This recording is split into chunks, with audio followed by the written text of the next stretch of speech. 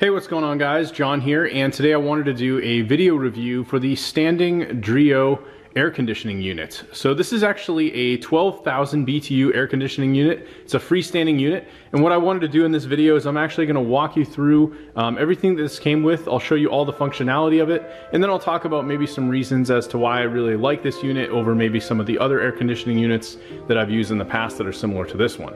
So let's first start with everything that this came with in the box and the actual setup, and then we'll do a demo, and then I'll talk a little bit more about my thoughts. So this actually has a basic quick start guide. This does not require any sort of drainage unless you're going to be utilizing the dry mode, so it's fairly straightforward. There's a long piece here that attaches into the window, and then you have these clips that basically clip into this all around on all the corners. There's various compatibility with this, so if you need, there's an extension piece which you can see down here. I'm probably going to either have to cut that if I decide to use it in this window, as right now there's a gap. If you have a window that's going up, you can basically use this in the same way, and there's some different pieces that the package actually comes with, so that way you have compatibility regardless of the window type you're going to be using this in. One thing I really like about this off the bat is I used another system that was a dual hose system, and I found that with that I was always having issues with the hoses. They were bending, it was hard to keep them in place, sometimes they would fall out of the actual bracket piece here, and this is actually really nicely designed with these clips. It's easy to undo it. I actually had to take this apart once. I had to flip it around so the window would kind of keep this piece from coming out, and I was able to do that very easily. And this also can be extended quite a bit, so you can see I've even got a little bit more leverage here at the bottom. If I need to extend this up and really get a lot of reach out of it, I have that option. And maybe if you're in a tight space, you could even potentially move the AC or spin it, and this is going to have the flexibility to accommodate that, so that's a really huge plus. Now in terms of other things that came with, I'll show you some of the other pieces. My garage is a little bit of a mess right now, but it does come with some foam pieces here, so you can actually line this around the window so you're going to get that tight seal. It has a bracket here, and this is actually the drainage hose that you can use if you're going to be running in dry mode. They recommend just getting a standard bucket, you know, something maybe like this little bucket down here you could just run the drainage water into. And then you have all these extra pieces for different compatibility with like longer windows. You have some extra pieces here to kind of seal up the edges, and they include all the parts for that in the box. Another thing I really like about this unit is it is on wheels, so I was able to move the box where I have everything else over there and then just simply roll it into place here. They do give you instructions right on this for the dry mode, but I'll actually go through and show you some of the functionality, and we'll go through everything. So by default, when you plug this in, and this is kind of a forewarning, there's a little green light here. You may have to hit the reset button to get this to activate, as in my case I actually found that it wasn't powering on, and I just simply had to hit reset to get this to power up. I will also note with power, you may find with something more powerful like this, you want to make sure that you're not on a you know, running this on a circuit that has a lot of other things that are going to be consuming energy, as this is definitely something that will consume a lot. I did find just tinkering with it, it actually flipped one of my adjacent breakers over here. Just I had to hit the reset. Didn't end up flipping a breaker on the panel, but ultimately this may not be the spot I'm going to end up keeping this in. So we'll end up seeing how that goes, but I think I may just have a little bit too much power running off of this particular breaker. So let's go through it.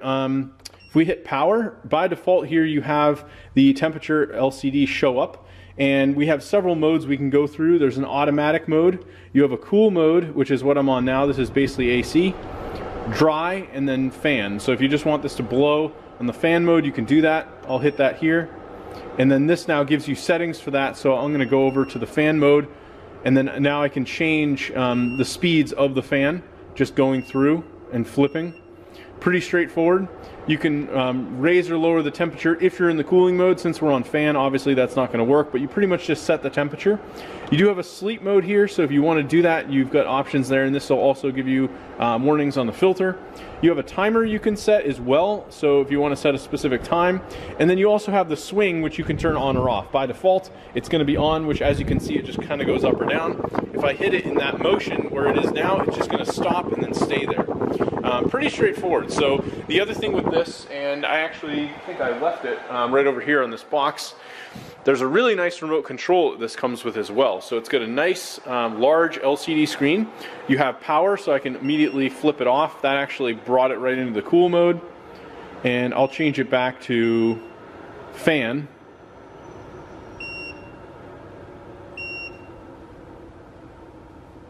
then we can do all the different settings. So yeah, now it's in cool mode, but everything shows up here right on the screen. You can change all the modes, you can set favorite settings, you can change the swing, you can turn off the LED if you want, so that's kind of nice. Maybe if you have this in a bedroom, you don't want the bright light, you can put it in night mode, you can change between Celsius and Fahrenheit, and this just takes a couple AAA batteries. So pretty straightforward. Overall, I really like the unit. I can tell from the time I've used it so far, just with testing, this does blow really, really cold air. Very powerful unit. A 12,000 BTU is going to be more than enough.